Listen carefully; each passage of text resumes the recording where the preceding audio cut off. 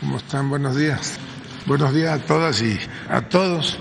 Hoy nos acompañan el señor gobernador constitucional del Estado de Puebla, el licenciado Sergio Salomón Céspedes Peregrino, y como todos los miércoles pues tendremos la habitual sección de quién es quién en las mentiras a cargo de Elizabeth García Vilchis. Señor gobernador.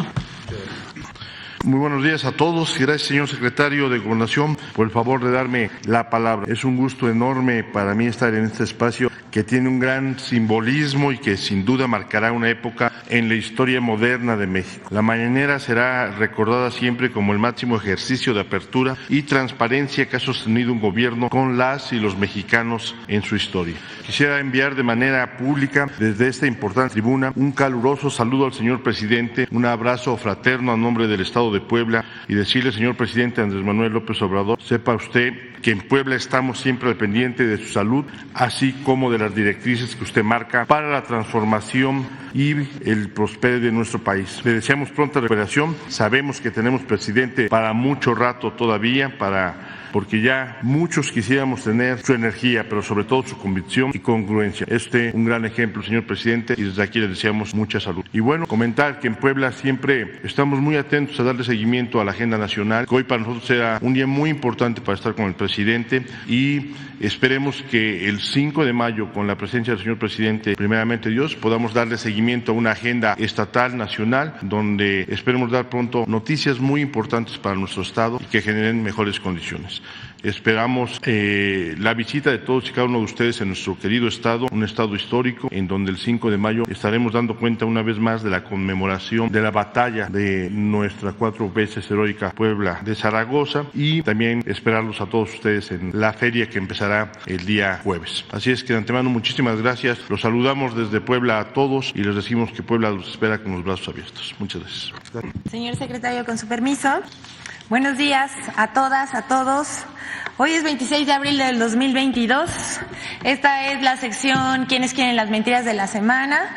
Primero, desearle al presidente de la República, Andrés Manuel López Obrador, una pronta recuperación. Lo queremos de regreso muy pronto.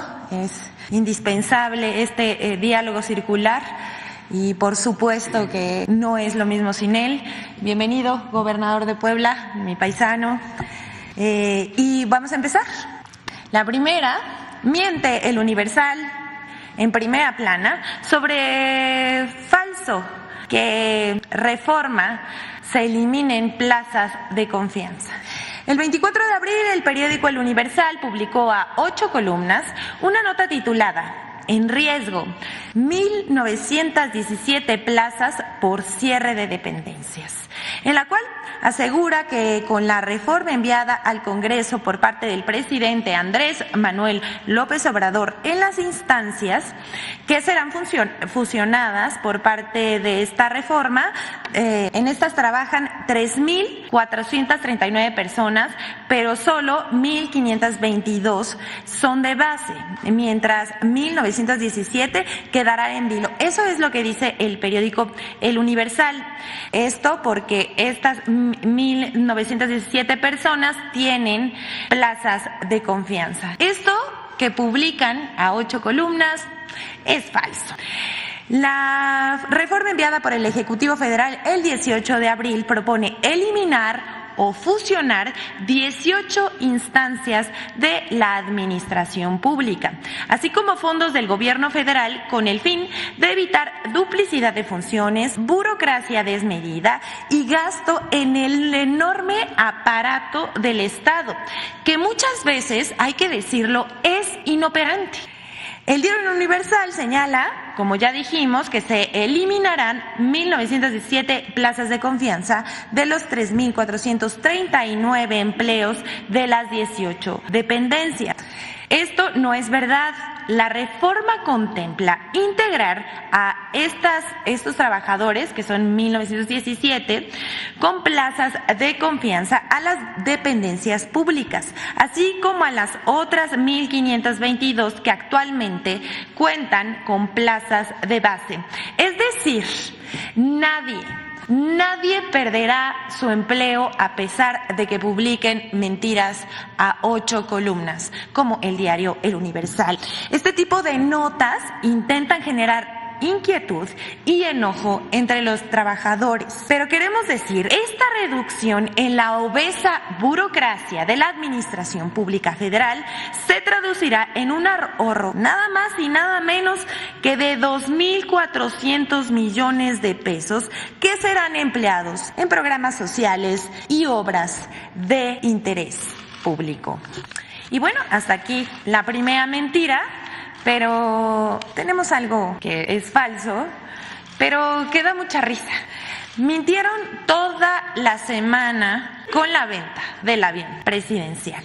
El presidente de México, Andrés Manuel López Obrador, cumplió su compromiso de campaña, uno más, de vender el avión presidencial al gobierno de Tayikistán.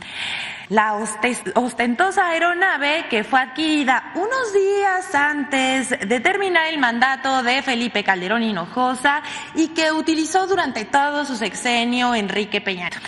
El avión era costoso, el mantenimiento muy caro y no se podía volar en territorio nacional, pues esta aeronave debe volar al menos 5 horas. Pero apenas se hizo el anuncio presidencial, comenzaron las críticas y con ayuda de fuentes súper confiables, como las que acostumbra la oposición mencionar, inventaron y publicaron muchas mentiras.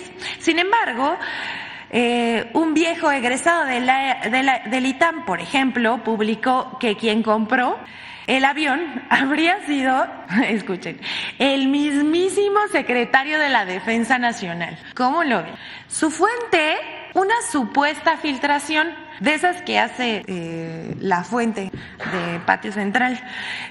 Obviamente, esto resultó falso. El diario Reforma, por su parte, publicó una nota digno de humor involuntario. Autoridades de Estados Unidos sospechan que Tayikistán, país al que México vendió el avión presidencial, podría servir de puente para hacer llegar a Rusia distintos productos, entre ellos componentes aeroespaciales que fueron prohibidos en Moscú. Sin embargo, la embajada rusa en México lo tomó con humor. Y bueno, es que este tipo de notas y trascendidos no puede tomarse de otra manera. Y publicó su respuesta a través de Twitter. Miren, esto es una joya.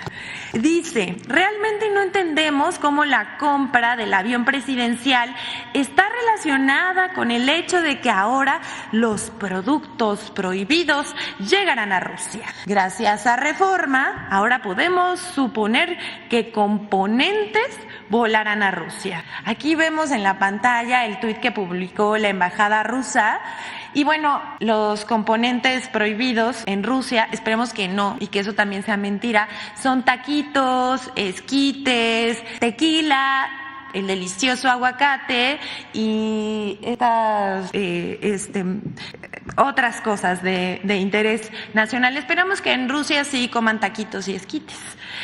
Pero por su parte, aquí ya saben, esto no queda aquí, y en el diario Reforma y en el egresado del ITAM, que un día sí y otro también anda publicando puras mentiras y agresiones, mucho odio en su cuenta de Twitter contra el presidente y contra los funcionarios de la Administración Pública Federal. También el columnista Mario Maldonado en el diario El Universal publicó un disparate, que el avión habría sido comprado por Rusia y no por el gobierno de Tayikistán, que se trataría de una triangulación entre Vladimir Putin y un desconocido. A lo que también respondió con bastante humor la embajada rusa. Otra historia surrealista fue publicada por El Universal, dice la embajada rusa. Gracias a sus fuentes internacionales bien acreditadas, porque justamente eso es lo que dice la columna de Mario Maldonado, que de ahí sacó la información. Y sigue la embajada rusa. Nos enteramos de que el avión presidencial no fue comprado por un desconocido de Tayikistán, sino por Rusia. Y continúa, Occidente hará cualquier cosa para manipular a la opinión pública. Y bueno, también dice, pero nos alegramos de que destacados expertos hayan descubierto un país tan bello e independiente como Tayikistán. Y aconsejamos a algunos expertos que sean más cuidadosos y que revisen el texto en busca de sentido común, que como dice el presidente, es el menos común de los sentidos. Continúa, cuando lo reciban de algunas misiones diplomáticas bien acreditadas aquí. Ya saben, nado sincronizado, Arturo Sarucán, ex embajador de México en Washington, se creyó la trama rusa y publicó la misma mentira, pero en inglés. No sabe por qué lo hizo así, pero también advirtió que esto estaba pasando. También hubo notas en medios de comunicación como Infobae, el Latinus de Loret de Mola y Política Expansión, así como Sergio Sarmiento, el programa de radio de Ciro Gómez Leiva, quien le dedicó más de 5 minutos a mentir sobre el costo y la transacción del avión presidencial, la sociedad civil de Claudio X González, entre muchos otros. Armaron, bueno, ya sabemos esto del nado sincronizado y la mentira que se repite y se repite. También dijeron esto, que el avión se remató, que el gobierno de México perdió en la transacción. Todo esto que acabamos de decir también es falso. Pero en las redes existen profesionales con la verdad, que publican verdad y utilizan plataformas como Twitter, Facebook, Instagram y también TikTok. El llamado The Vampire of Wall Street, quien desmiente a la oposición, explica que el avión presidencial fue vendido a un buen precio de acuerdo con las reglas de mercado. Pero vamos a ver. Lo vendió al 70% de descuento. No, por favor, no digas una burrada. El avión costó 6,000 millones de pesos y López Obrador se lo dejó en menos de 1,700 millones a Tayikistán.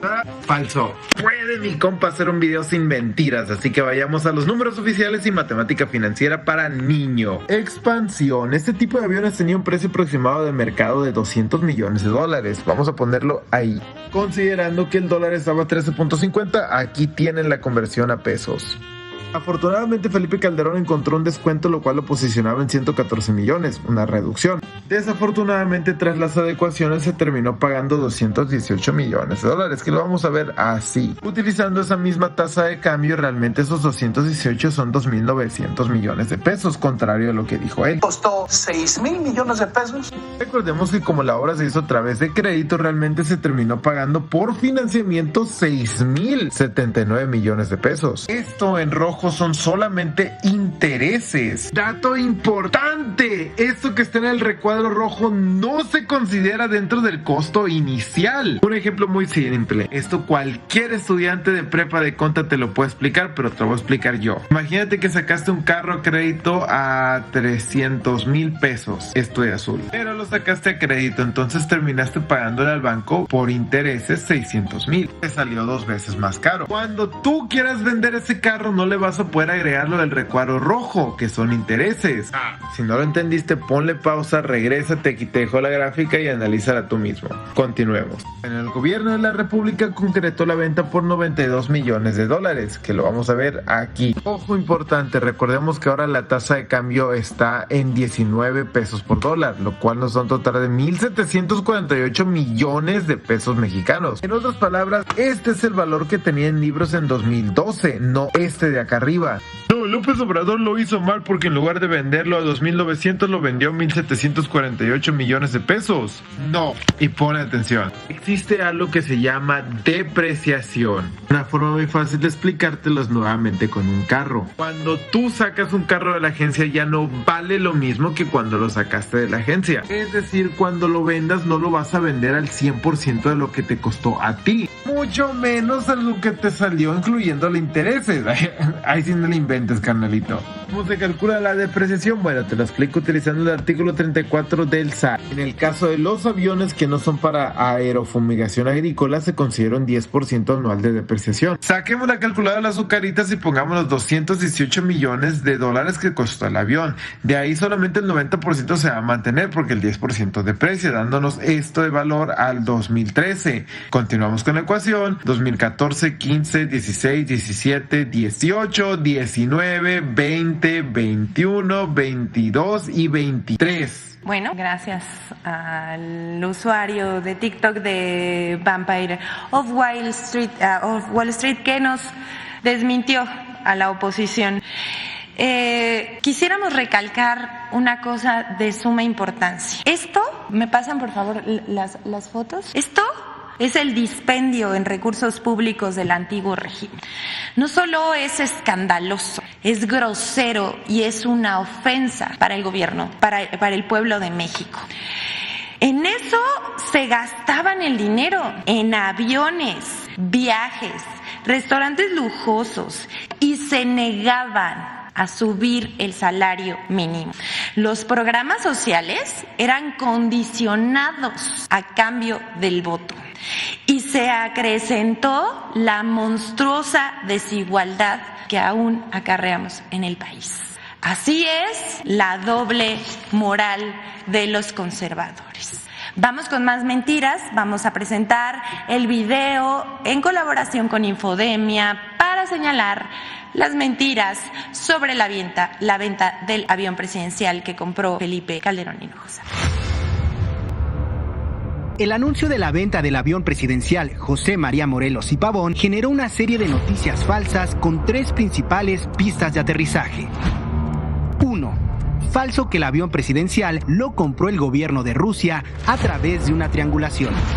Comentaristas en medios nacionales y redes sociales aseguraron sin ningún sustento que Vladimir Putin adquirió el avión presidencial a través del gobierno de Tayikistán, ante el veto que mantiene la Sociedad de Telecomunicación Financiera Interbancaria en contra de Rusia por la invasión a Ucrania. 2. Falso que el avión presidencial fue rematado. Presentadores de televisión y comentaristas afirmaron que el avión fue rematado al 40 o 30% de su costo. En sus operaciones matemáticas omiten la depreciación de la aeronave durante casi una década y aseguran que el costo inicial del avión fue de más de 6,000 millones de pesos, cifra que incluye los 2,952 millones de pesos del precio real, más los intereses acumulados correspondientes al crédito por el cual se obtuvo el avión. 3. Falso que el avión presidencial no se podía vender porque no le pertenecía al gobierno de México. En la conferencia de prensa del 7 de febrero de 2020, el director general del Banco Nacional de Obras y Servicios Públicos, Banobras, Jorge Mendoza Sánchez, informó que estaba por saldarse el contrato de arrendamiento financiero del avión presidencial, lo que permitiría que el avión quedara libre de arrendamiento para su venta y generara recursos adicionales. Infodemia. Gracias, Infodemia. Y hasta aquí las mentiras de la semana, que como dice siempre el presidente es un resumen, porque si no, no las pasaríamos aquí todos los días, a todas horas. Pero queremos presentarles dos informaciones que son de suma relevancia, que involucran a las conferencias matutinas que se presentan en este salón de lunes a viernes y que encabeza el presidente Andrés Manuel López Obrador. El canal del presidente de México de YouTube, donde ha sido reconocido como uno de los más exitosos de Hispanoamérica, según la plataforma de medición Stream Charts. Esto es donde se transmiten en vivo las conferencias de prensa de lunes a viernes. Estas personas también son de las que transmiten en vivo en sus canales de YouTube, pues también tiene que ver con videojuegos, historias, etcétera. El reporte se lee que el canal del presidente ha conseguido 13.2 millones de horas visualizadas solo durante el primer trimestre del año 2023. Ese número es mayor a los 9.7 millones de horas de Rubius y los 9.4 millones del Mariana, que son uno de los streamers más exitosos en Hispanoamérica. La cifra es descomunal, pero el canal del presidente sigue siendo superado por The Guest, el Sprint, Auronplay e Ibai. El canal del presidente López Obrador, en donde se mide el stream por conferencia de prensa matutina, es el único de YouTube en entrar en esta lista de Stream Charts. Ya sabemos que la oposición con esto va a estar muy enojada, pero la misma plataforma es la que informa que el canal es bastante activo, manteniendo a los ciudadanos del país informados sobre las diversas actividades de sus líderes y cualquier actualización en las políticas y reglas. Esto se lee en el informe que es público. En el top 10 de canales más populares en habla hispana es la siguiente. Aquí, como les decía, vemos, por supuesto, qué orgullo ver a varios mexicanos que están siendo bastante exitosos a través de las redes sociales, como Juan Guarnizo, el Mariana, y, por supuesto, el presidente Andrés Manuel López Obrador. El canal del presidente transmitió 208 horas, 10 minutos durante los primeros 3 meses del año 2023 de las conferencias matutinas. Ahí nada más para que quede ahí y veamos lo que en anteriores semanas se decía. Y por último, queremos presentar un buscador de información de las conferencias matutinas que se presentó a través de la plataforma Twitter hace algunos días, cuyo nombre es amlopedia.org. Esta herramienta que salió, como decíamos, la semana pasada, fue creada por un programador que en redes sociales se hace llamar Mayubius.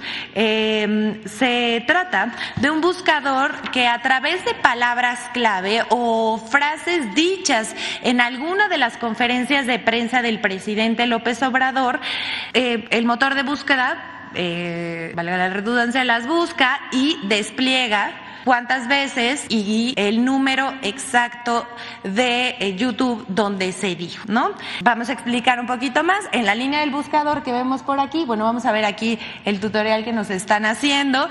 Se pone la información que quiera buscarse y se redirige a las o el video en los que se haya dicho esa palabra o frase en el momento exacto en el que se mencionó. Entonces, si le damos clic, se ingresa litio, por ejemplo, y entonces la búsqueda, y además está bien bonito porque cuando estás esperando dice espere, muy bonito, y dice estamos buscando los otros datos también. Aquí están los resultados y si nosotros les hacemos clic a cualquiera de una de esas, aparece el momento exacto del video en donde se dijo. Esta herramienta la desarrolló este usuario con inteligencia artificial para analizar los videos y abrieron la página para que se puedan hacer 50 búsquedas gratuitas al mes.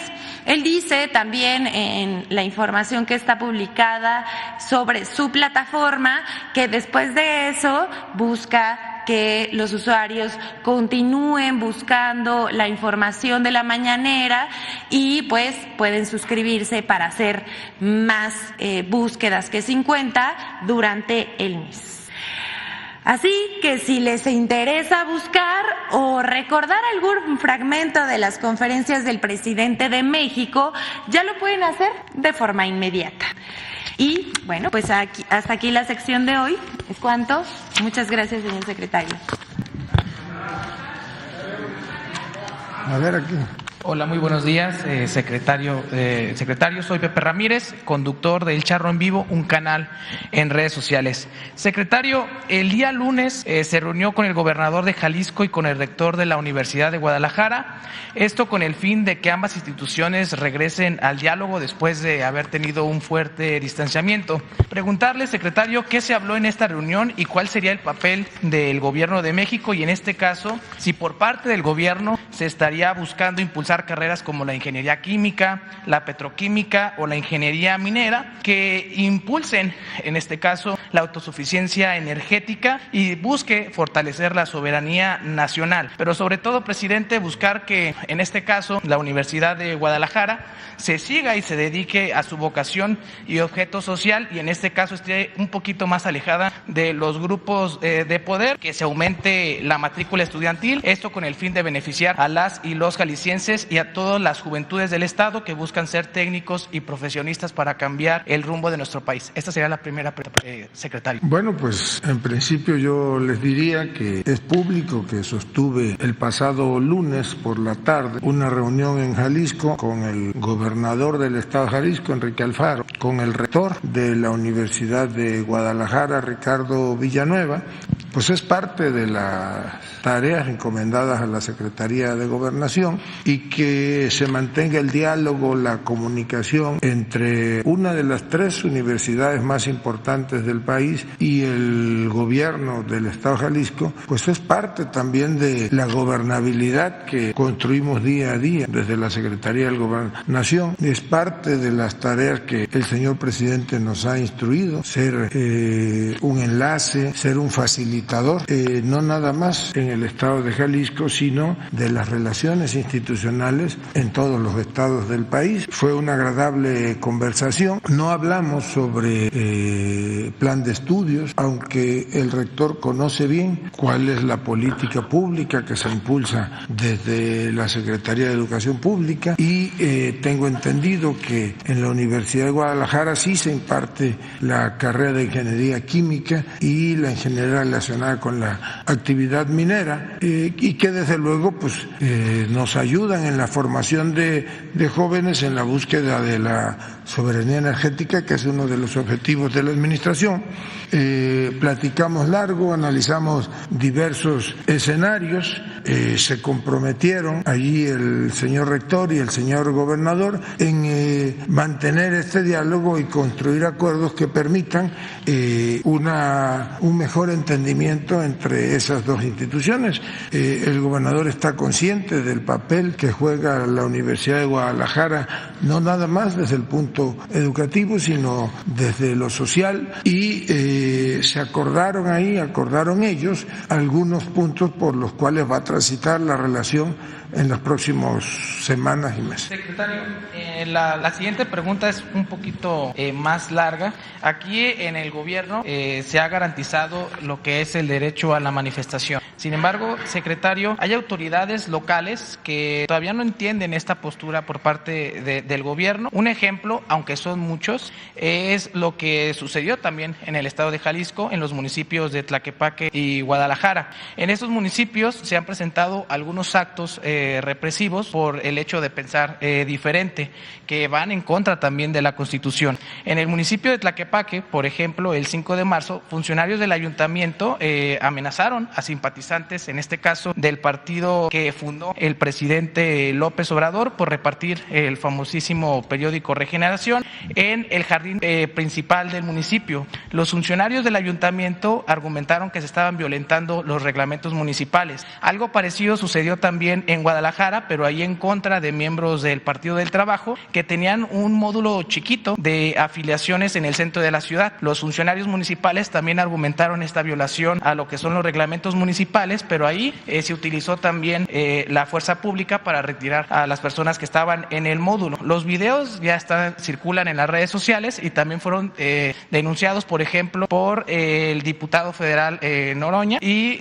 secretario, pues preguntarle, en este caso, pues la Constitución es muy clara, en su artículo 6º y 7º, se establece que ninguna ley ni autoridad puede establecer la censura ni coartar la libertad de difusión de opiniones, de información e ideas a través de cualquier medio, y mucho menos, pues, un reglamento municipal puede estar por encima de la Carta Magna. Esto, como le digo, pues no nada más sucedió en Tlaquepaque y Guadalajara, sino que pues se ha repetido en varios estados de la República. Estos actos también, secretario, pues violentan lo que son los derechos políticos y electorales de los ciudadanos, y también el fin de los partidos políticos que buscan pues generar ciudadanía, una ciudadanía consciente que apoye para transformar a nuestro país. En este caso, secretario, pues ¿qué mensaje le podrá dar a los ciudadanos y qué opina sobre estas acciones que se están realizando se realizaron en estos dos municipios de Jalisco? Bueno, yo les diría que el gobierno federal es respetuoso del derecho de todas y de todos los mexicanos a la libre manifestación de las ideas.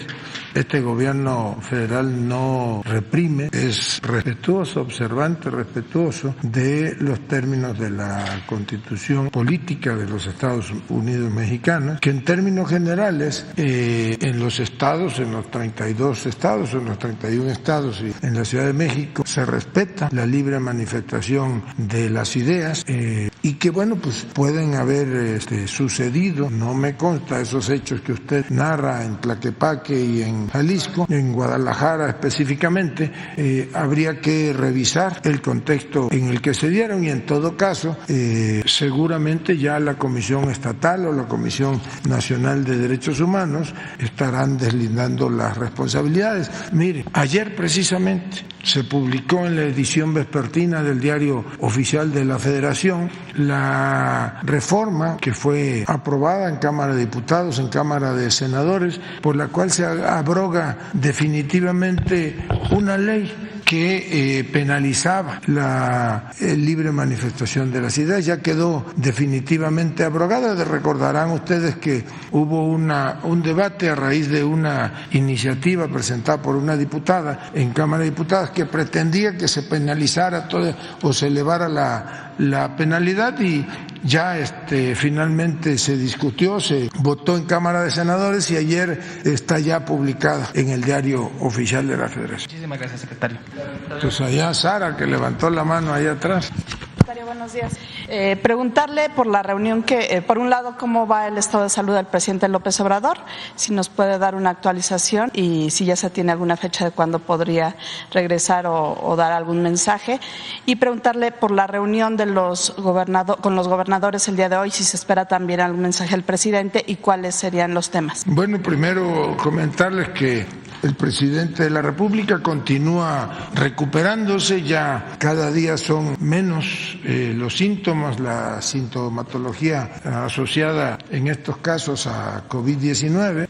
Lamentablemente no pudo acompañarnos hoy el doctor Alcocer, aunque en la reunión de esta mañana nos envió el último reporte sobre el estado de salud del presidente. Pues todo parece indicar que antes del fin de semana ya estará reanudando sus actividades de manera normal. Continúa en aislamiento, pero ya recuperándose de la afección.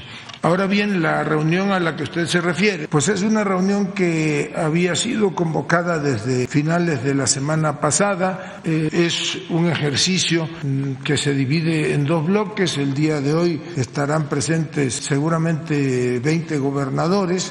Posteriormente, la siguiente semana hay otra reunión. Se está convocando una reunión con 12 gobernadores. Es una reunión de trabajo. Por cierto, estará el gobernador de Puebla el día de hoy. Originalmente estaba programada con el señor presidente. Nos tocará atenderlos a un servidor, a la secretaria de Seguridad Ciudadana y al subsecretario de Derechos Humanos, Alejandro Encinas.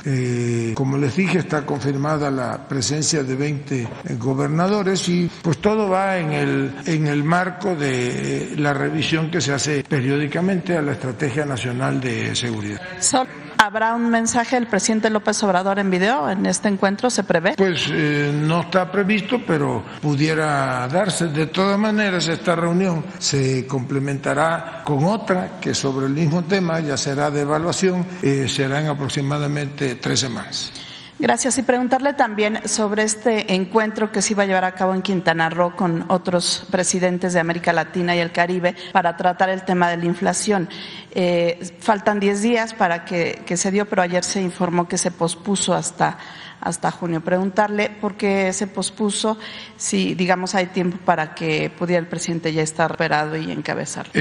Me informó esta mañana el canciller Marcelo Ebrard que efectivamente se había pospuesto ese encuentro previsto para 5 y 6 de mayo en el estado de Quintana Roo, que se había pospuesto básicamente porque fue imposible conciliar las agendas de los presidentes y que se hará un replanteamiento para más o menos en unos 30 días pueda llevarse a cabo. Es decir, no tendría que ver con la enfermedad del contagio del presidente. No, nada que ver. Nosotros, como lo dije hace un momento, creemos y así lo sostienen los médicos que el señor presidente estará nuevamente reanudando sus actividades normales, aunque está muy al pendiente del despacho de los asuntos públicos antes del fin de semana. Preguntarle también, ayer en Ciudad Juárez compareció Francisco Garduño, el titular del Instituto Nacional de Migración, por el tema del incendio. Se pidió por parte de la Fiscalía, entiendo, que se separara del cargo, sin embargo esto fue rechazado por el juez. Preguntarle, pues más allá de que resulte al final de este proceso que es jurídico, si es conveniente que él siga en el cargo, dado que tiene que atender justamente este proceso legal en su contra, y si a pesar de que pues ya inició, que ha sido imputado por la Fiscalía, si usted sabe si va a permanecer en el cargo como comisionado del instituto. Bueno, pues que efectivamente ayer se celebró en Ciudad Juárez la audiencia inicial a la cual fue citado el comisionado Francisco Garduño. Entiendo que fue una audiencia que inició a las 9 de la mañana, terminó alrededor de las 4 de la tarde. El fiscal o la Fiscalía, en pleno ejercicio de su derecho y de su obligación legal constitucional, formuló una serie de cargos en contra del comisionado del Instituto Nacional de Migración. Él se reservó en términos de ley su derecho a emitir declaraciones, pidió la ampliación del plazo constitucional, plazo que se vence el próximo domingo, cuando seguramente se reanudará la audiencia. En este momento el fiscal o la Fiscalía solicitó que fuese separado de su cargo, de su encargo. No lo consideró el juez legalmente viable, continúa él en el ejercicio de su cargo. Se le fijó alguna medida cautelar que consiste en que con alguna periodicidad acuda al juzgado a firmar en el libro de actas y pues afrontará esta etapa procesal, como es también su garantía constitucional, en libertad. Se mantiene en este momento en el ejercicio de su cargo, atendiendo los asuntos del instituto a su cargo. Es decir, no le quita tiempo este proceso jurídico. No le quita tiempo, porque además él constantemente recorre todos los estados del país. Seguramente programará para que cuando le toque en el estado de Chihuahua pueda firmar allí en Ciudad Juárez. No lo distrae. A ver, Pozas.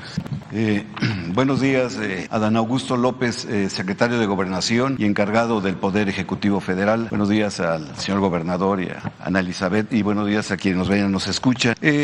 Antes de iniciar mis preguntas, quisiera una frase de solo 4 palabras para el señor presidente, que dice: Dios salve al presidente. Y bueno, mi primera pregunta es esta, señor secretario. El pasado 11 de abril anunció el presidente Andrés Manuel López Obrador que la Secretaría de Salud analiza el fin de la emergencia sanitaria del COVID-19 en nuestro país. Con los recientes acontecimientos para el señor presidente y a 5 días del 1 de mayo, le informo que hubo una reunión plenaria en el Congreso del Trabajo, que agrupa 50 federaciones, confederaciones y sindicatos nacionales. Todos ellos resolvieron no llevar a cabo la concentración de trabajadores en el Zócalo el próximo 1 de mayo, para salvaguardar la salud de los trabajadores y evitar posibles contagios. Mi pregunta es, señor secretario, ¿el señor presidente de México podría recibir a las dirigencias sindicales aquí en Palacio Nacional, entre ellos a Carlos Aceves del Olmo de la CTM, a Joel Ayala Almeida de la FETSE, a Víctor Flores Morales del Sindicato Ferrocarrilero,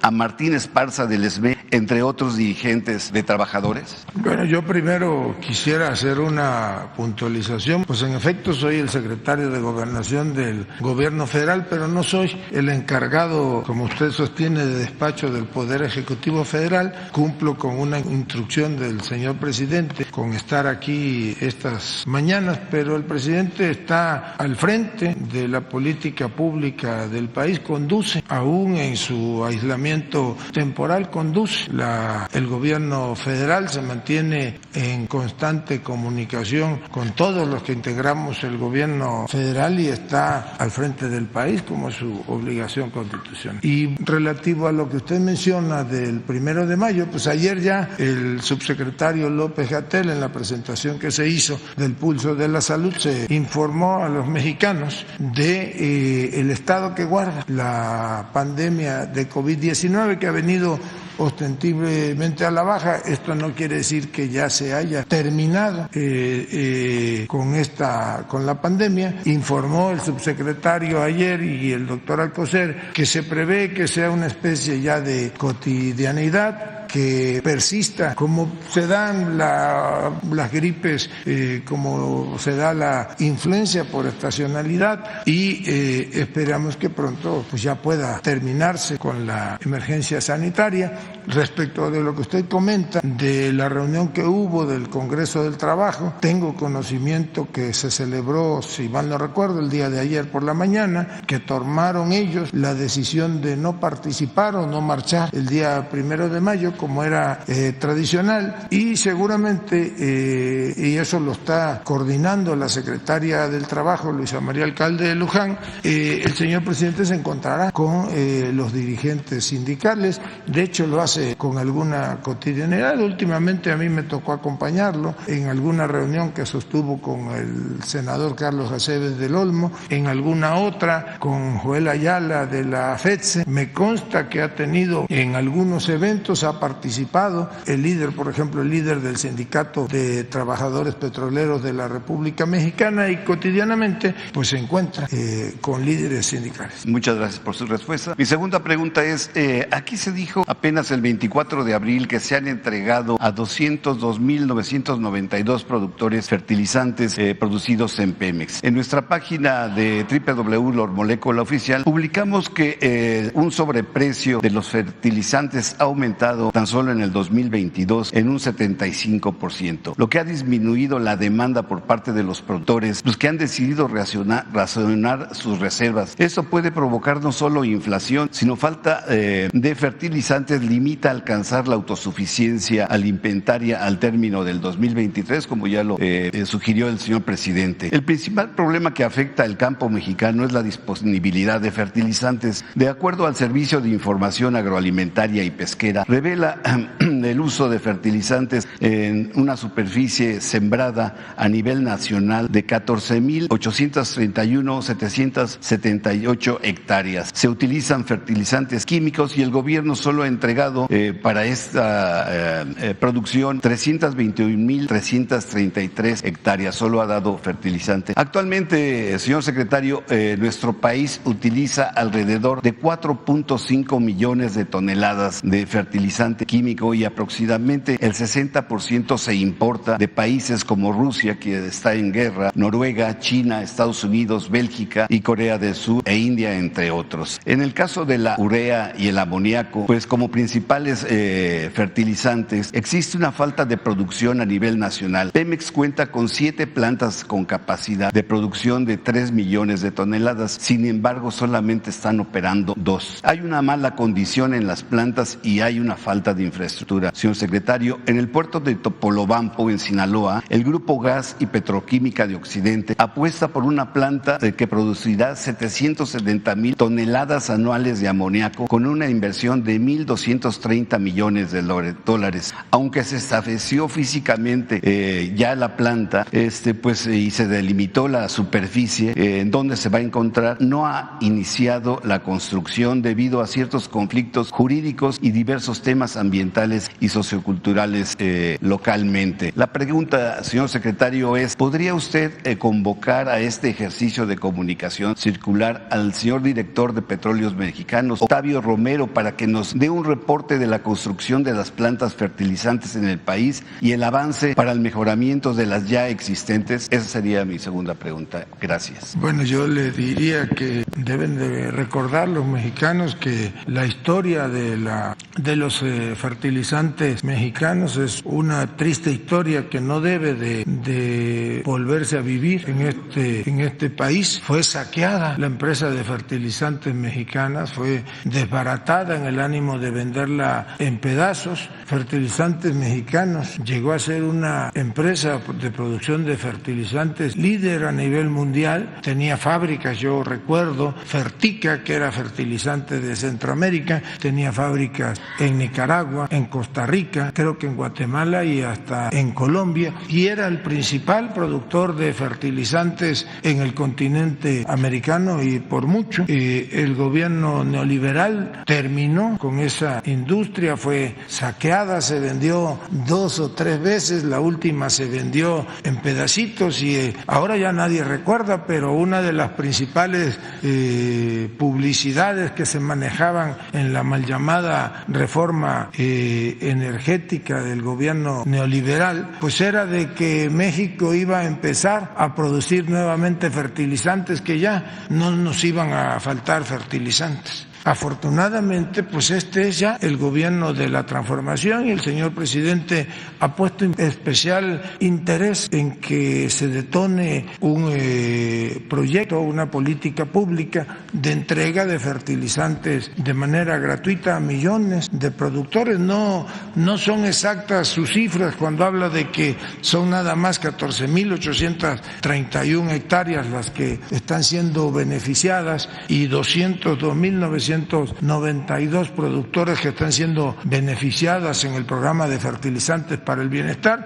Yo hoy le digo que nada más en el estado de Chiapas son 87,000 productores, casi 300,000 hectáreas las que están siendo beneficiadas con la entrega de fertilizantes de manera directa. Se les entrega 2 tipos de fertilizante, uno es un compuesto a base de urea y otro es un compuesto que le denominan DPA, que entiendo que lleva un componente de amoníaco. Son fertilizantes ya que se producen en México, en las plantas que Petróleos Mexicanos ha venido, siguiendo la instrucción del señor presidente, rehabilitando y está poniendo en funcionamiento. Desde luego que aún hay importación de fertilizantes de algunos países de lo que usted menciona, pero el programa de fertilizantes para el bienestar está cubierta. La cuota para este año, me consta, estuvimos en Tuxtla Gutiérrez, en Sinacantán hace como 15 días y fue una entrega puntual de fertilizantes y ya están llegando en Yucatán a partir del pasado fin de semana, el viernes, si mal no recuerdo, ya se avanzó en la entrega de fertilizantes en Michoacán, donde por cierto estuvo presente con los funcionarios del gobierno federal el gobernador Alfredo Ramírez Bedoya. En el estado de Guerrero también ya se inició con la entrega de fertilizantes y en otros estados, en Sinaloa, ya también hay entrega de fertilizantes y el objetivo del gobierno federal, la instrucción del presidente, es que a través de la Secretaría de Agricultura y Desarrollo Rural se pueda ir homogeneizando en todos los estados la atención directa a los productores. Gracias. Pues ahí una dama. Buenos días, secretario Shaila Rosagel, corresponsal del Grupo Gili, el Imparcial de Sonora, La Crónica de Mexicali y Frontera de Tijuana. Preguntarle en un primer lugar, ayer se fue a pausa lo de la ley minera, las reformas a la ley minera en el Senado. Preguntarle si usted destina estima que esta ley va a ser aprobada en este periodo de sesiones? Y en un segundo lugar, si tienen previsto tener algún diálogo con el sector minero antes de que se vote en el Senado. Bueno, yo creo que no se fue a pausa, forma parte del proceso legislativo. Tengo entendido que la comisión respectiva en el Senado de la República, que creo la encabeza la senadora Giovanna Bañuelos de la Torre, está trabajando de manera permanente. Circularon entre los miembros de la comisión la minuta. Entiendo que algunos senadores o senadores han venido manifestándose o manifestando cuál es su postura respecto de esa minuta que llegó de Cámara de Diputados, que no nada más implica a la ley de minas, implica también a la ley de aguas nacionales, a la ley de medio ambiente. Bueno, la instrucción que nosotros tenemos del señor presidente es de mantener el diálogo permanente con todos. En el caso que nos ocupa, yo he comentado que mantenemos comunicación con la Cámara Nacional de la Industria minera, con sus agremiados, con el Consejo Coordinador Empresarial en este caso, y también con diversos grupos que desde la sociedad civil han venido presentando posicionamientos, manifestando su postura respecto de esta iniciativa. Ya se cumplimentó la primera parte, que digamos fue la dictaminación y votación en la Cámara de Origen, que es la Cámara de Diputados. Ahora toca el turno de la Cámara Revisora. Sí, reitero, es una ley de avanzada que, entre otras cosas, deja muy en claro que ya pierde el carácter de precedente la actividad minera. Ahora se privilegia a los pueblos originarios, al derecho de los pueblos originarios, de las comunidades indígenas. Se establece todo un procedimiento para, por ejemplo, garantizar el derecho de todos los trabajadores de la industria minera. Recordarán, pues, en la historia de este país, los conflictos laborales dieron origen o fueron uno de los orígenes del movimiento revolucionario de 1910, y este gobierno federal pues es un gobierno que antepone la protección a garantizar el derecho de los trabajadores. Se regula ya con esta iniciativa la actividad de la industria minera, se reduce el número de la duración de las concesiones, respetando desde luego las concesiones ya existentes hasta antes de la reforma. Se garantiza o se privilegia el derecho humano al agua por sobre cualquier actividad industrial, no nada más la industria minera. Se establecen unos parámetros que seguramente vendrán después en la ley reglamentaria ya afinados para proteger el medio ambiente, para que no haya sobreexplotación del recurso hídrico y sobre todo garantizar el derecho de nuestras comunidades indígenas, de los pueblos originarios, a ser respetados en su entorno. Esto es cuando, como ya pierde el carácter de preferente la actividad minera, pues ya no va a venir esa etapa de abusos, de impunidad a la que se acostumbraron algunos empresarios voraces del sector minero. Ahora hay una ley que garantiza el respeto total al Estado de Derecho y sobre todo de nuestras comunidades indígenas, de nuestros pueblos originarios. Seguramente pues seguirá discutiéndose ahí en el Senado, y yo tengo entendido que va a sesionar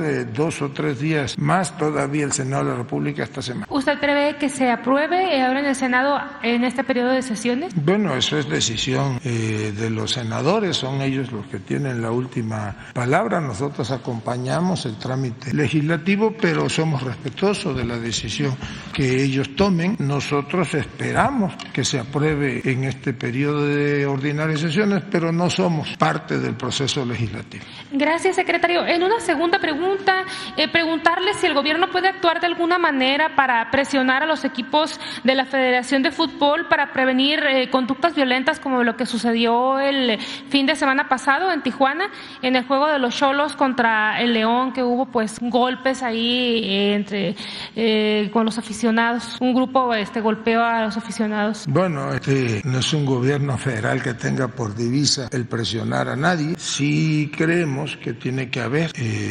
garantías para todos y sobre todo tratándose de todo tipo de espectáculos, tiene que haber garantías de seguridad, que las autoridades de protección civil municipal, estatal o federal son los encargados de vigilar, por ejemplo, que no se rebase los aforos. Hay otras entidades o dependencias municipales, estatales y federales que se encargan de que el desempeño de este tipo de espectáculos se lleve con bien y que no se violente, ¿verdad? Por ninguna causa. Vamos a comentar con la coordinadora de Protección Civil, quien seguramente presentará un informe pormenorizado de los hechos y tendrá ya, ¿verdad?, el deslinde de responsabilidad de las autoridades municipales y estatales. Muchas gracias. Pues a ver, Cedillo, mi paisano. Buenos días, señor secretario, gobernador, Liz, buenos días a todas y a todos. Diego Elías Cedillo, del Sistema Informativo de Tabasco. Diario presente. Señor secretario, nada más ahondando un poco a lo que comentaba Sara con respecto a la salud del señor presidente. El día de ayer el gobernador de Nuevo León, Samuel García, dio a conocer que el señor presidente estaría en Cadereyta, puntualmente en la refinería, este sábado. Preguntarle si usted considera que para esa fecha ya el presidente podría estar restablecido antes y en este tenor saber si usted ha tenido conversación con el señor presidente en el transcurso de ayer, en el transcurso de la mañana de hoy. Gracias, secretario. Bueno, hay una primera versión de una gira para este fin de semana. Seguramente, aunque como todos esperamos el señor presidente esté dado de alta antes de que inicie el fin de semana, pues seguramente sufrirá algunos ajustes porque pues tiene que reacomodarse en la agenda, tienen que atenderse una serie de reuniones que tuvieron que ser pospuestas. Hay incluso alguna serie de reuniones con personajes del extranjero que están de visita en México y que seguramente una vez que el señor presidente esté dado de alta pedirán platicar con él como era el motivo de su visita. Vamos a esperar y seguramente mañana ya tendremos la confirmación de cuáles serán las actividades del fin de semana del señor presidente. Lo que yo creo es que la información que proporcionó el gobernador pues es una información que siempre circula con anticipación de manera interna a diversas áreas del gobierno federal y a los estados a los cuales puede ir iría el señor presidente a alguna gira. Vamos a esperar a que salga ya negativo de COVID para detallar la agenda del fin de semana. Ahora bien, lo que usted comenta, que si he conversado con el presidente de la República, sí, mantengo comunicación permanente con él. Ayer platicamos en dos o tres ocasiones. Hoy todavía no hemos conversado, pero seguramente en las próximas horas yo puntualmente le rindo un informe de los asuntos que nos toca atender y de cómo están evolucionando el día a día en gobierno federal y cuál es el estado que guarda en términos generales el país. Gracias, secretario. Ahora, la semana pasada, el viernes, puntualmente en el puerto de Veracruz, desde la conferencia de prensa, el señor presidente Andrés Manuel López Obrador dio a conocer que usted y la secretaria de Seguridad, Rosa Isela Rodríguez, sostuvieron una reunión con la ministra Norma Piña. Si usted me permite, secretario, conocer los pormenores de ese desayuno. Tengo entendido que fue quien citó el desayuno, la ministra se lo comentó a usted. En todo caso, el gobierno federal tuvo el acercamiento con la Corte para llevar a cabo este encuentro. Y también, señor secretario, conocer su opinión como jurista, como abogado, al respecto del fallo de la Suprema Corte de Justicia sobre eliminar, o más bien dicho, bajar la reforma de la Guardia Nacional. Se ha hablado mucho de que el mando militar no tiene figura porque, al fin y al cabo, estas cuestiones recaen en el presidente de la República y, bueno, muchos argumentos que recaen en demagogia en este momento. Pero, señor secretario, conocer los pormenores de esta reunión si me lo permite, y también su opinión al respecto del fallo de la Suprema Corte. Gracias. Bueno, yo le hago una precisión. El señor presidente no dijo que yo hubiese estado en esa reunión. Comentó que la secretaria Rosa Isela y un servidor habíamos mantenido comunicación con la presidenta de la Corte, que ella había tenido un encuentro con la presidenta de la Corte y que yo había mantenido comunicación con varios ministros.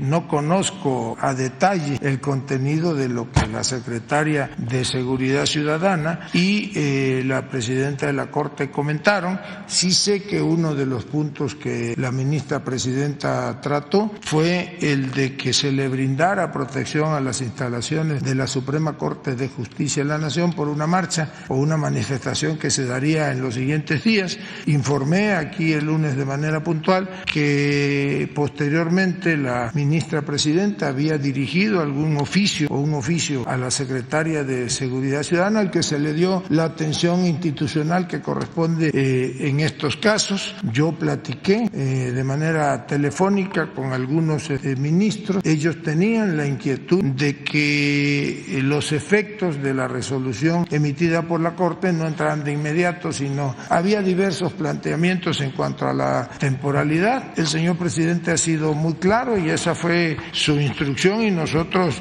desde luego que la atendemos puntualmente, en que nosotros no íbamos a, como se hizo en el pasado, a llegar a ningún acuerdo ni a prestarnos a ningún lenguaje. Lo cierto es que es lamentable la decisión que 8 ministros de la Corte tomaron respecto al actuar de la Guardia Nacional y a la adscripción de esta a la Secretaría de Defensa Nacional. Yo he dicho, y no tengo por qué desdecirme de ello, que actuaron como constitucionalistas de ocasión, que realmente no antepusieron el interés general. Todavía es risible el hecho de que uno de los ministros, que con mayor ahínco se opuso a que la Guardia Nacional estuviera bajo el control operativo y administrativo de la Secretaría de la Defensa Nacional, pues después de que dijo una cosa, terminó diciendo que adoraba al ejército mexicano.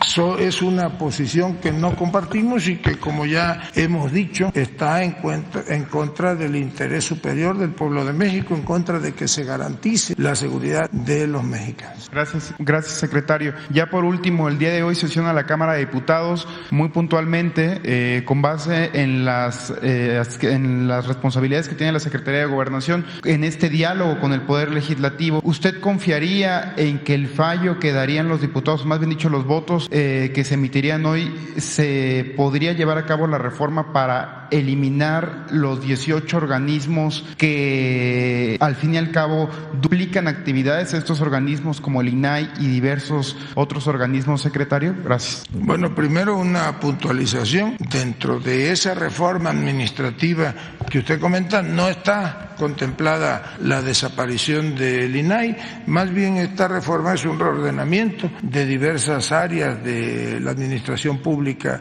federal. Se fusionan algunas, desaparecen alguna otra, se readscriben funciones de una u otra dependencia. Esa reforma ya no habla de 18 dependencias. Esta madrugada pues acaba de ser aprobada una reforma a la ley del servicio ferroviario que venía precisamente en ese paquete, así que ya serían 17 entidades. La Cámara de Diputados inició sesiones desde ayer hacia el filo del mediodía, y tengo entendido hasta antes de entrar a esta conferencia que aún seguía la sesión. Estaban por iniciar, si no es que ya iniciaron, la discusión respecto a la reforma de la ley del Consejo Nacional de Ciencia y Tecnología, que fue en la madrugada discutida y aprobada en comisiones y que ahora pasa al Pleno, y entiendo que en el orden del día quedarían pendientes todavía 2 iniciativas más o 2 dictámenes más a discusión. Uno que es respecto a la readscripción de funciones de la Secretaría de la Función Pública, que ahora va a tener bajo su cargo, de acuerdo a la propuesta presentada, ¿verdad?, el control o la organización de los órganos internos de control de todo todo el gobierno federal, y en el transcurso de la tarde, noche y de la madrugada pues se fueron aprobando varias leyes que ya deben de iniciar seguramente hoy o mañana su discusión en Cámara de Senadores y que se votarán antes de que termine el periodo ordinario. Está la ley del sistema de salud para el bienestar, por ejemplo, en el cual pues se trata de la desaparición del Instituto de Salud para el Bienestar, una reorganización de las funciones de la Secretaría de Salud del Gobierno Federal para que la parte operativa y de atención médica se consolide en el sistema IMSS Bienestar, para que ahí haya, ahora sí, finalmente, y ese fue un compromiso del señor presidente, la gratuidad, la universalidad de la atención médica para todos los mexicanos sin ningún distinguo, sea habitantes mexicanos, habitantes en áreas urbanas o en área rural. Se acuerda ya finalmente la desaparición del Seguro Popular, aunque había desaparecido, pues todavía se mantenía ahí reservas presupuestales, eso ya desaparece, se readscriben las funciones del INSABI hacia una área de la Secretaría de Salud Federal, quien en un término de 90 días debe de emitir el procedimiento bajo el cual, por ejemplo, se mantendrá la compra de medicinas o de equipamiento para hospitales, y funcionará desde la Secretaría de Salud, ahora ya muy coordinada con el sistema de salud del IMSS Bienestar, y otras series de leyes que se han venido aprobando. Pues vamos a esperar a que cierre la sesión y seguramente ya ahí tomarán los legisladores la determinación de mantener la sesión de diversas comisiones abiertas para que pudieran terminar de elaborar ese dictamen, que es muy complejo porque involucra prácticamente a todas las comisiones de la Cámara de Diputados. Buenos días, secretario de Gobernación. Manuel Pedrero para los Reporteros MX. Secretario, el día de ayer en el Senado, el embajador de Guatemala en México, Marco Tulio Chica Sosa, se anunció en entrevista que había solicitado al gobierno federal la reparación de los daños después de la tragedia migrante en Ciudad Juárez, en Chihuahua, en esta situación del INM. Preguntarle si el gobierno federal ha recibido o ya tiene la notificación de esta solicitud por parte del gobierno de Guatemala, y si es así, ¿cómo se va a proceder? En una primera pregunta. Bueno, no hay una solicitud formal como tal de parte del gobierno de Guatemala, pero pues la instrucción del señor presidente desde que tuvimos conocimiento de los hechos, pues se dio primero en atender a las víctimas, de prestarle el auxilio a los familiares y de quienes lamentablemente fallecieron, también darle toda la atención que se requiera desde el punto de vista de salud a los enfermos. Han venido ya recuperándose, permanecen, si mal no recuerdo, 9 en hospitalización, 8 acá en la Ciudad de México, 1 en el Hospital del Estado en Ciudad Juárez, y paralelamente se abrió pues muchas dependencias del gobierno federal, intervenimos para la atención de manera directa. En el caso específico de la Secretaría de Gobernación, la instrucción que tenemos y que hemos venido ya haciendo a través de la Subsecretaría de Derechos Humanos y de la Comisión de Atención a Víctimas de la CEAP es precisamente entablar comunicación con las familias, con los deudos en el caso de los que fallecieron y con los heridos o con sus familiares cercanos, y garantizarles en todo caso la reparación de los daños. No hemos tenido alguna petición formal de parte del gobierno de Guatemala o del embajador Chico Sosa, pero se está dando permanente atención a ellos. Correcto. En una segunda pregunta, secretario, preguntar acerca de esta decisión del legislativo con la transferencia de INSABI a IMSS Bienestar. Hubo mucha polémica por parte de grupos parlamentarios de oposición en señalar por qué se hacía esto, pero preguntarle a usted, como titular de la Secretaría de Gobernación, ¿cuál es la postura postura del gobierno federal ante esta anexión? Si es una transferencia, si se elimina, si se fortalece, ¿cuál es el fin o cuál es la visión del gobierno ante este asunto de INSABI e IMSS Bienestar? Bueno, lo más importante es que se garantiza a todos los mexicanos la universalidad, la gratuidad de la atención médica. Yo comentaba que en todos los niveles, en zonas rurales, en zonas urbanas, se fortalece, porque en eso hay que reconocer que el Instituto Mexicano del Seguro Social se había venido fortaleciendo a lo largo de los años. Se fortalece la atención de manera directa, inicia convenido con los estados incluso la transferencia de activos como pueden ser hospitales, laboratorios, hacia el Instituto Mexicano del Seguro Social, en este caso al sistema InBienestar, para que todos los mexicanos tengan, como le he dicho aquí, acceso a salud de manera gratuita. Se elimina, de acuerdo a la iniciativa, el pago de cuotas. Posiblemente usted no lo sepa, pero se acostumbraba pagar cuotas de recuperación por la atención. Yo no digo que hayan sido demasiado onerosas, pero no se daba la gratuidad realmente en la atención a los mexicanos. Por muy modesto que fuese, pues tenían que pagar una cuota de recuperación con cargo al Seguro Popular o destinadas al Seguro Popular. Eso ya desaparece de manera definitiva. Ayer el director general del Instituto Mexicano del Seguro Social, Zoe Robledo, presentó un reporte del avance que tiene ya el sistema de abasto, que es el mejor sistema de abasto de medicamentos y de insumos médicos que hay en el país. Se le está fortaleciendo todavía más al Instituto Mexicano del Seguro Social. Ayer él presentó cómo en Quintana Roo, si mal no recuerdo, se arrendaron instalaciones o naves destinadas a mantener el abasto de medicamentos. En Tepic, si mal no recuerdo, también se adquirió una nave que se adaptó para que sirva como bodega para el resguardo y el abasto hacia comunidades rurales, básicamente en el estado de Nayarit. Y las funciones o parte de las funciones que tenía el INSABI, que no serán transferidas al Instituto Mexicano del Seguro Social, pues irán a un área de la Secretaría de Salud Pública. 90 días dispone el secretario del ramo para reglamentar hacia qué espacio migran esas actividades, que son, entre otras, pues la compra puntual de medicamentos, de insumos, de equipamiento médico. Ahora pues la entrega también de manera directa, sin intermediarios, al InBienestar, lo que beneficia desde luego a la atención médica de todas y de todos. Correcto. Y para finalizar, secretario de Gobernación, en estos últimos días, honestamente, hemos visto tal vez posiblemente uno de los peores episodios de los medios de comunicación en mucho tiempo. Honestamente vergonzoso y aborrecible con las especulaciones, las inferencias que se han hecho a través de diferentes medios de comunicación, principalmente los corporativos, muchos de ellos vinculados desgraciadamente a negocios de iniciativa privada ajenos al periodismo y a la comunicación, como las farmacéuticas,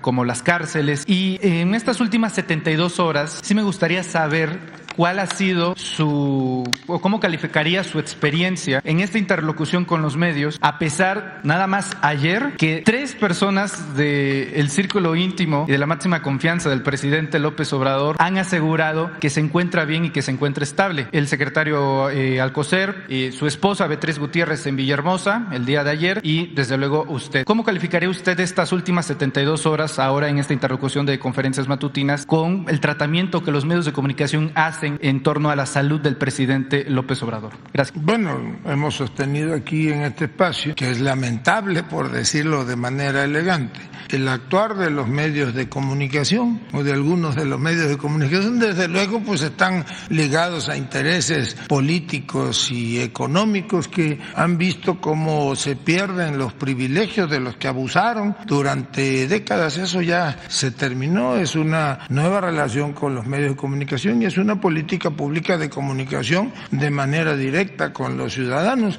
Yo puntualizaría que más allá de lo que usted señala de que 3 personas personajes del círculo íntimo del presidente, yo le diría que cuando menos 2 de ellos, pues tenemos una obligación legal y constitucional, y el secretario de Salud y un servidor estamos obligados a hablar con la verdad y a decirle a los mexicanos cuál es verdaderamente el estado de salud del presidente. Él informó desde el mismo domingo que había sido positivo, que resultó contagiado de COVID y que iniciaba una etapa de aislamiento, y es lamentable, como lo dije ayer, pues todos esos que tienen el alma podrida. Muy buenos días. De Ensenada, Baja California, mi nombre es Jorge Díaz, del programa de televisión Lánzate CNR, Canal 73.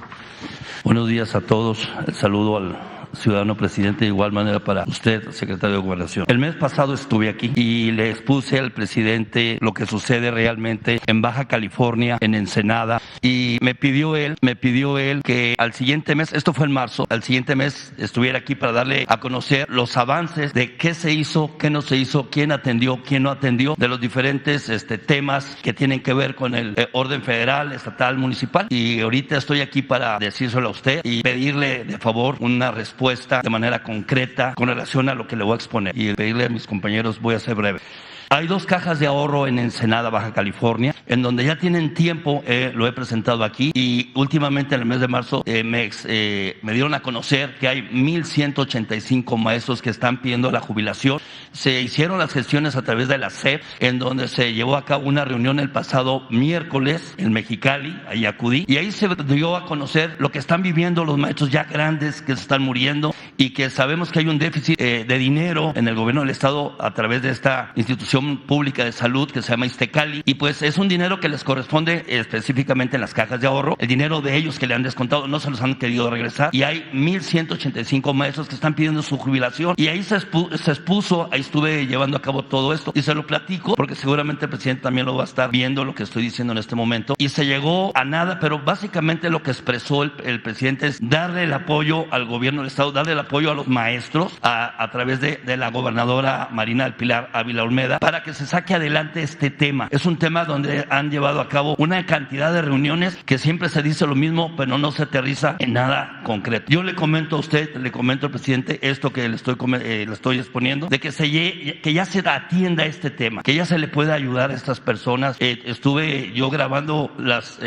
lecciones de vida como maestros, y son personas que son formadores de sociedad. Eso es en cuanto a este tema. En cuanto a el ISSSTE, en Rosarito, pues no tiene ni un cubículo ni un consultorio, y pues nada más fue un arranque en que sí lo iban a hacer y quedó en nada. Hace 2 días atrás me dijeron, oye, pues no, estamos nosotros los maestros y los de Pemex y los de Capufe, todo lo que es el empleado federal, van a una oficinita de 2 metros por 2 metros, y ahí está el consultorio. Yo creo que el mismo presidente lo ha dicho, el humanismo en dónde queda, que se vea la voluntad.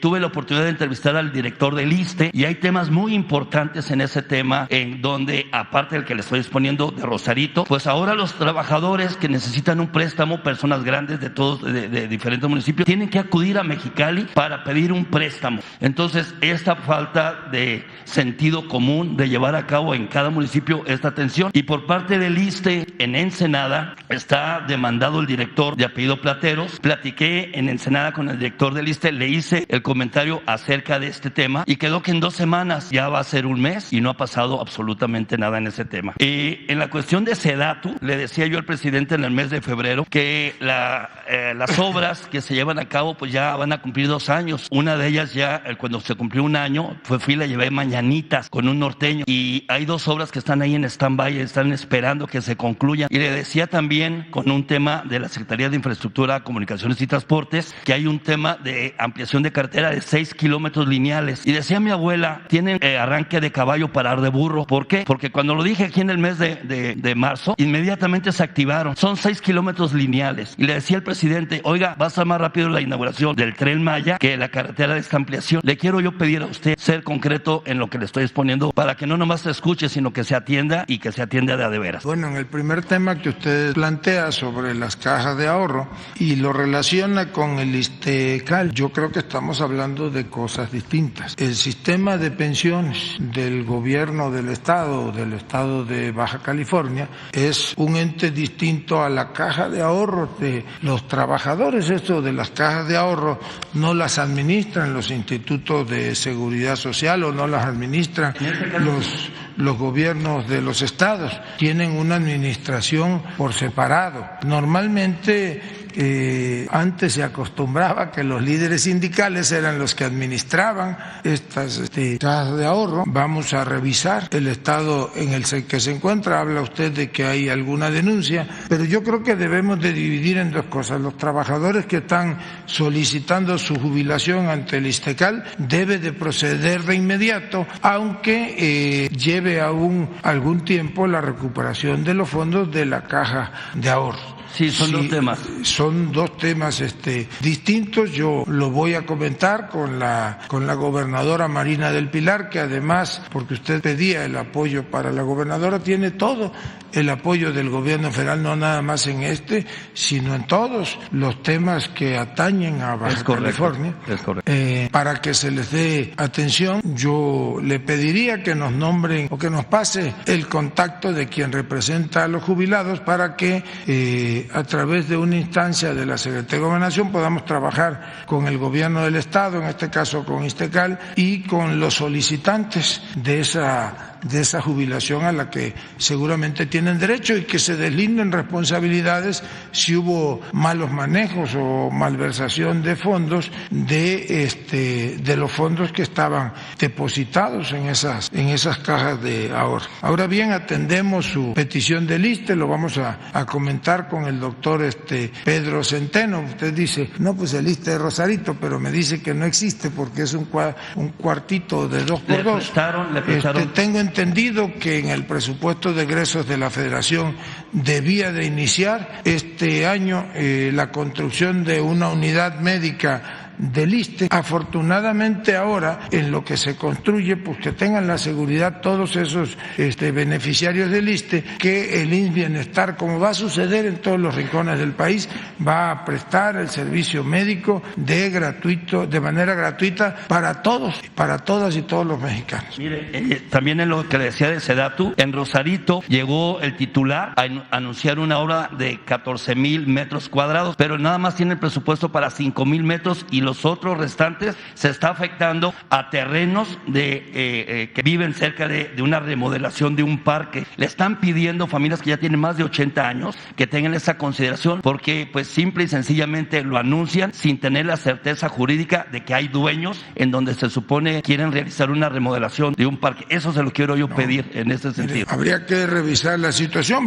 Tenga las pruebas. Vamos a revisar la situación, pero sí le quiero decir que este gobierno es un gobierno garantista y respetuoso de la propiedad privada y sobre todo de la propiedad social. Vamos con las áreas jurídicas de la SEDATU, si nos proporciona su reporte, lo atendemos con mucho gusto, como también estamos atendiendo a través de la Secretaría de Infraestructura, Comunicaciones y Transportes, muy coordinado con el gobierno federal, el mantenimiento de las carreteras federales, apoyos extraordinarios para carreteras estatales. Hay afortunadamente también un programa de regularización de autos de procedencia extranjera, y si mal no recuerdo, Baja California es el estado con mayor participación, mayor recuperación, y esos fondos se destinan de manera directa a obras de pavimentación y de mantenimiento de infraestructura vial. Seguramente en el próximo informe de seguridad la secretaria Rosa Isela detallará cuánto ha recibido Baja California y a qué municipios han sido destinados. Todavía ayer mismo comentábamos con el secretario de Infraestructura, Jorge Nuño, de un socavón que se dio allá en Baja California, en Tijuana, y estamos atendiéndolo de manera emergente para poder afrontarlo. Ya iniciaron los trabajos, es una inversión de un poco más de 100 millones de pesos de la rehabilitación total. Se solicitó ya una declaratoria de emergencia para que pueda haber disponibilidad inmediata de fondos y se restablezca la vialidad. En el tema de lo de ISTECAL, y la misma gobernadora platiqué con ella, es que la Secretaría de Hacienda pues le eche la mano, como lo dijo el propio presidente. Mire, la Procuraduría Agraria en Baja California deja mucho que desear. Ha habido despojos de ejidatarios que han sido toda su vida ahí,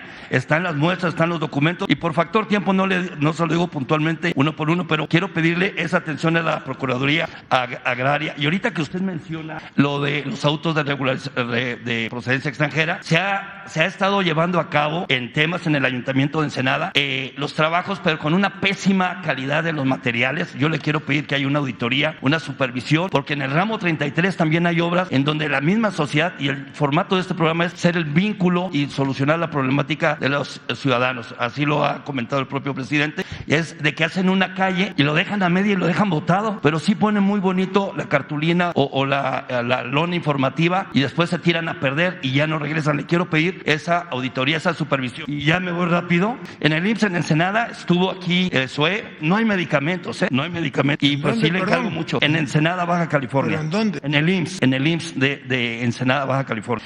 Y fíjese que hay un tema, sé que al presidente le gusta el béisbol, como también ha hablado de los deportes, y en Ensenada tenemos un equipo de béisbol que se llama Marineros de Ensenada. Ha ganado varios campeonatos, pero no tienen un lugar donde jueguen dignamente béisbol, y no nomás para ellos, sino para la sociedad. Y originalmente le habían asignado un recurso el ayuntamiento por $1,500,000. Se tomaron la foto, después se fueron y ya no regresaron, y ya incluso cancelaron ese dinero para esa construcción, un mejoramiento. Ya dejé el proyecto, ya se lo dejé con Jesús ayer, y le quiero yo comentar ese tema que también el presidente nos invitar que nos pueda apoyar en ese solicitud de proyecto de la construcción de un estadio. Y mire, ahorita que están las campañas políticas, ya concluyo con esto, hay un candidato que me llamó la atención, porque sigo lo del proceso del Estado de México y de Coahuila. Es un candidato por el partido político Morena, se llama Jacobo Rodríguez. Él está buscando ser diputado local en Piedras Negras, en el estado de Coahuila, y retomó esta propuesta de proponer la revocación del mandato. Además, ya fue y denunció a la funcionaria municipal priista por el condicionamiento de programas sociales. ¿Qué me puede opinar en ese aspecto que ocasionan este tipo de condicionamientos? Ahorita este candidato de nombre Jacobo Rodríguez lo está presentando la denuncia de una funcionaria priista que está condicionando los apoyos a favor de que voten por los candidatos del PRI.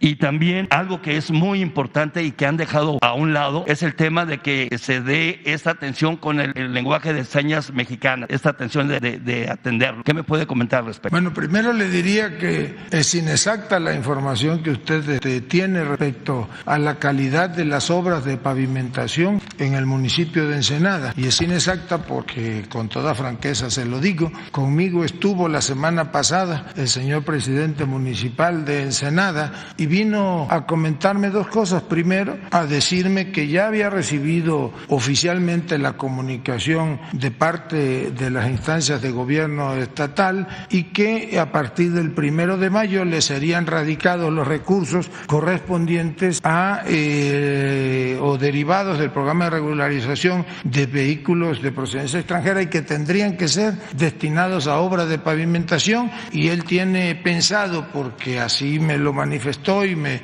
corrió la invitación por escrito, a que el día 9 de mayo la gobernadora Marina del Pilar, la secretaria de Seguridad y Protección Ciudadana del gobierno federal, Rosa Isela Rodríguez, que es la encargada de este programa, y un servidor lo acompañemos a dar el banderazo de inicio de las obras de pavimentación ahí en el municipio de Ensenada. Incluso me detalló de qué tipo de materiales tenía pensado utilizar para optimizar recursos y para que pudiesen verse beneficiados el mayor número de vialidades.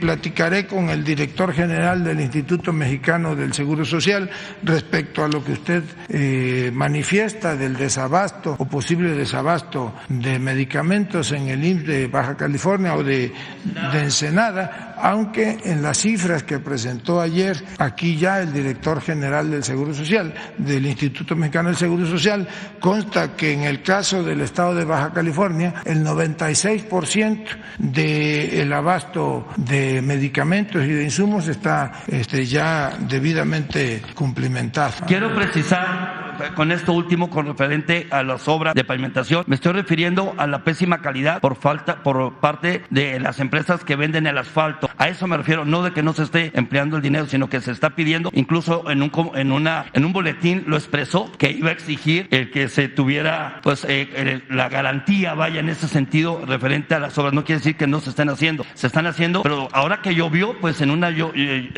pequeña lluvia, pues se llevó el material. Y otro tema importante que preocupa en el Sauzal es las harineras y el movimiento de contenedores. Están afectando ya la vida en esa delegación del Sauzal. De antemano le agradezco la atención. Nada que agradecer. Y después usted. Buenos días, señor secretario.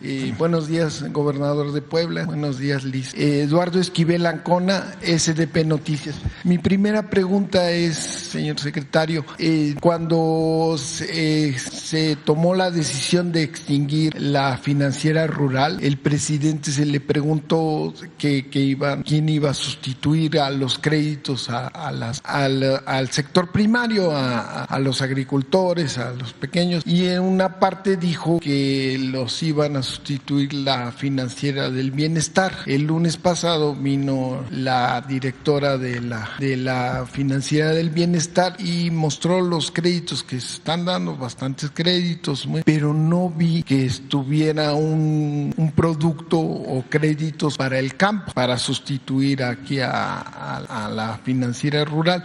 ¿Conoce usted si se está trabajando para dar estos créditos, ponerlos otra vez?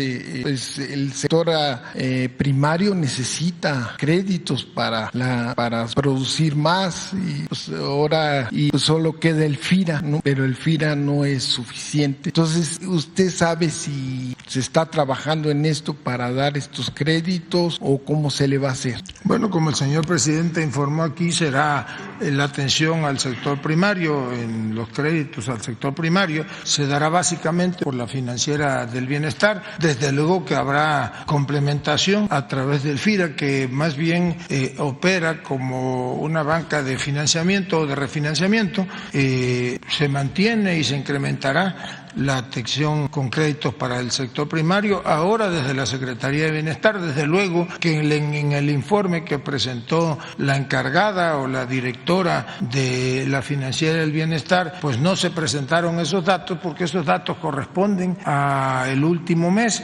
Ahora que se dé ya, tengo entendido o no tengo entendido, esta madrugada ya fue aprobada en Cámara de Diputados, pasa a Cámara de Senadores, y si es aprobada allí, ya se ordenará, el presidente seguramente mandará a publicar en el Diario Oficial, y entrará en vigor ya la desaparición o liquidación de la financiera. Entonces hay tareas específicas, algunas incluso serán administradas, todo lo que corresponde a la justicia laboral, a garantizar el derecho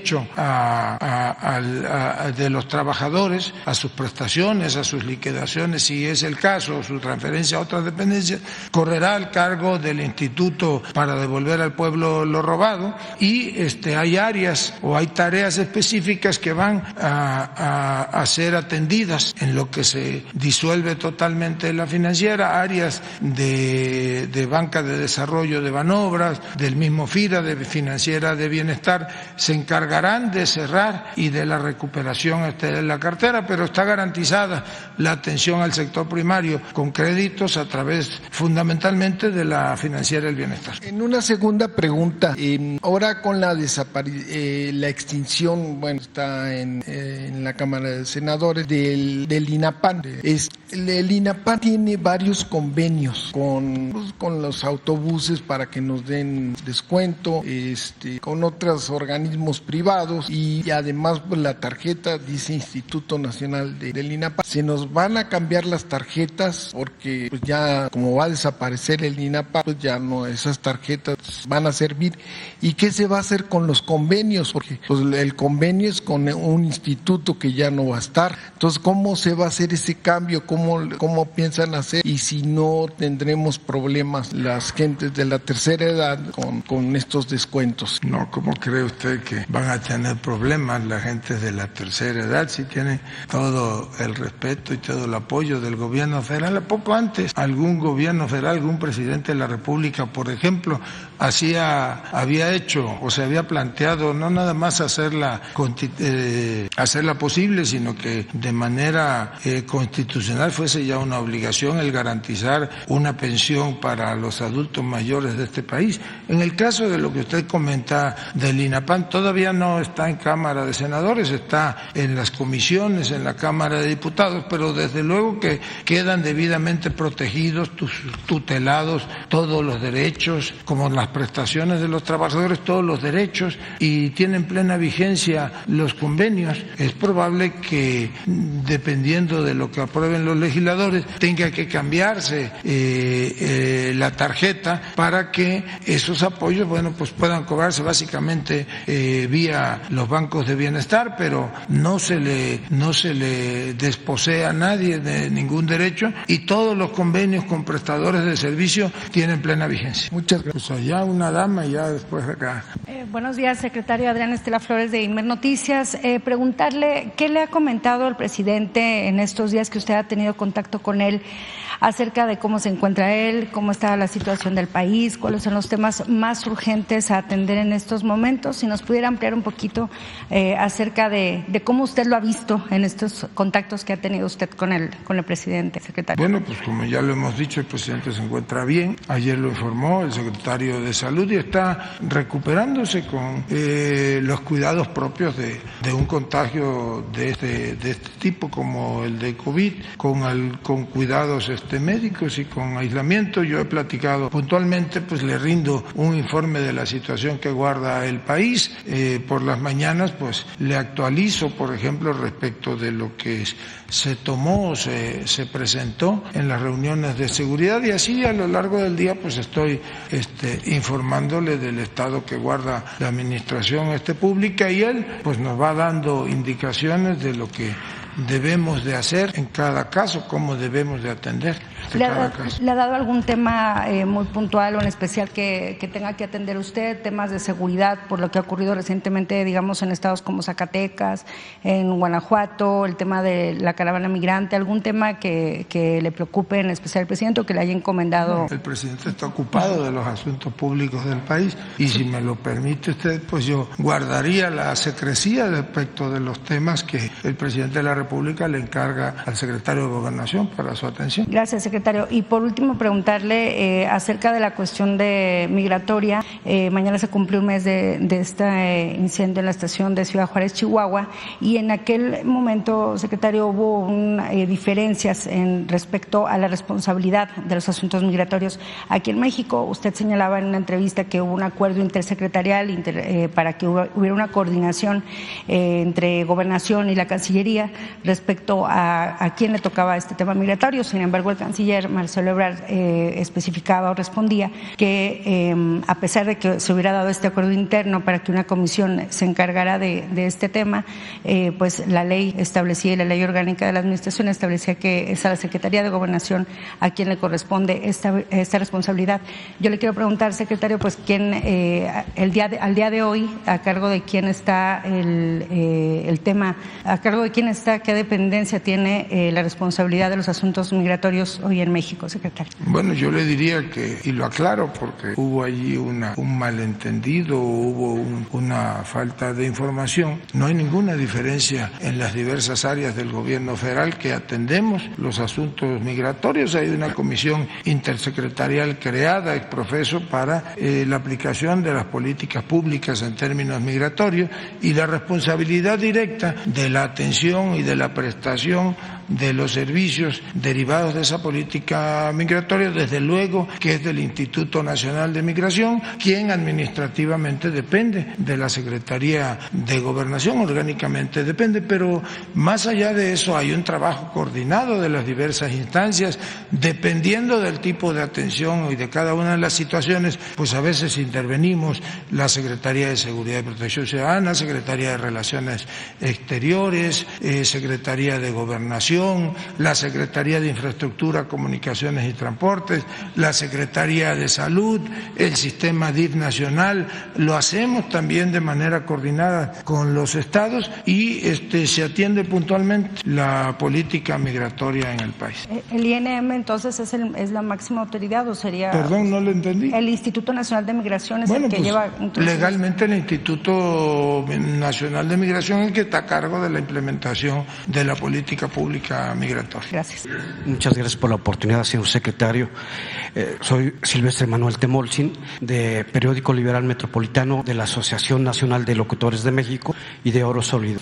Señor secretario, en enero dio instrucciones el presidente de la República a Luisa María Alcalde, secretaria del Trabajo, para resolver el conflicto de los sindicatos de Nafin y Bancomext. Sin embargo, el director general de ambas instituciones, Luis Antonio Ramírez Pineda, no se ha presentado a estas mesas de conciliación.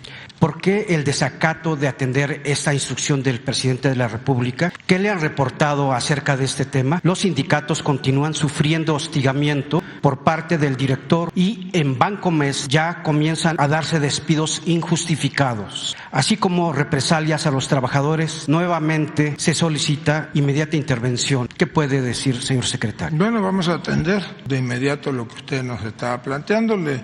Me voy a comunicar con la secretaria del Trabajo, Luisa María Alcalde, y vamos a comisionar a Miguel Ángel Chico, que se encarga de estos asuntos en la Secretaría de Gobernación, para que trabaje de manera coordinada con la secretaria del Trabajo y se puedan dar inicio a estas mesas de conciliación. Parte de, o la obligación, o una de las obligaciones de los que somos funcionarios públicos, pues es atender también estos asuntos y en el caso de los asuntos laborales, pues estar presentes en una etapa de la justicia laboral que son las etapas conciliatorias. Sí. Amigo señor secretario de Gobernación, Adán Augusto López Hernández, deseamos la pronta recuperación de nuestro presidente Andrés Manuel López Obrador. Por lo importante de su política de la cuarta transformación de nuestro presidente, de mantener la paz en el país a toda costa, a pesar de todos los adversarios y de todas las opiniones en contra, como en su momento lo fueron los gobiernos de Mahatma Gandhi y también de Nelson Mandela. En nuestros medios, el Liberal Metropolitano, Asociación de Locutores,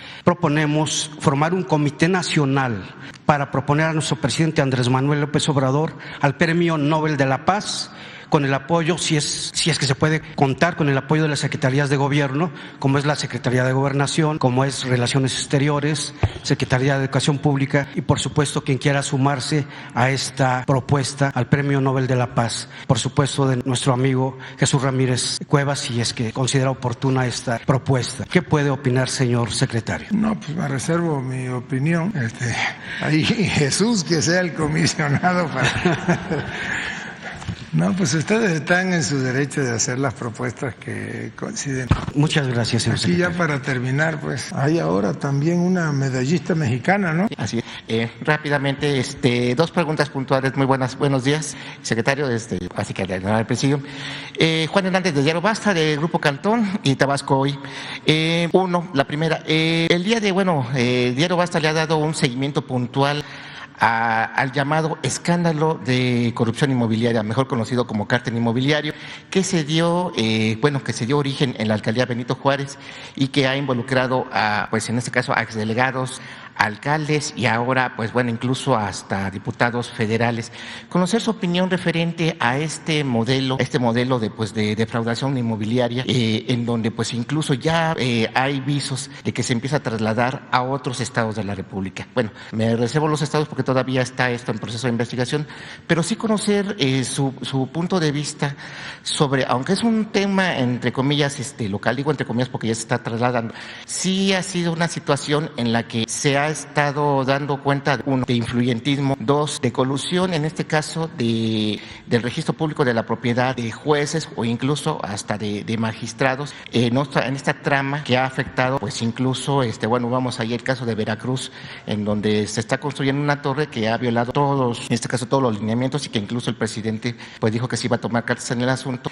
En el caso de Benito Juárez, se hacen edificaciones, se impacta de manera ambiental, se pone en riesgo en este caso a las familias que de buena fe compraron y que ahora pues están viendo que su patrimonio pues peligra, no solamente a nivel jurídico, sino también a nivel estructural, porque se construyeron pisos de más en zonas que ahorita pues está habiendo incluso pequeños sismos, pero se está dando esa situación. ¿Conoce su punto de vista sobre esto? Bueno, yo le diría que era la divisa del antiguo régimen. Todos sabemos cómo se traficaba con contratos, cómo se traficaba con permisos, no había respeto a la mínima legislación, mínima reglamentación. Eso ya terminó porque el presidente desde el primer día de la administración comprometió un combate frontal a la corrupción y ahora no se dan ese tipo de irregularidades. No me extraña que empiecen a surgir en los estados esta serie de denuncias y de irregularidades. Ahora bien,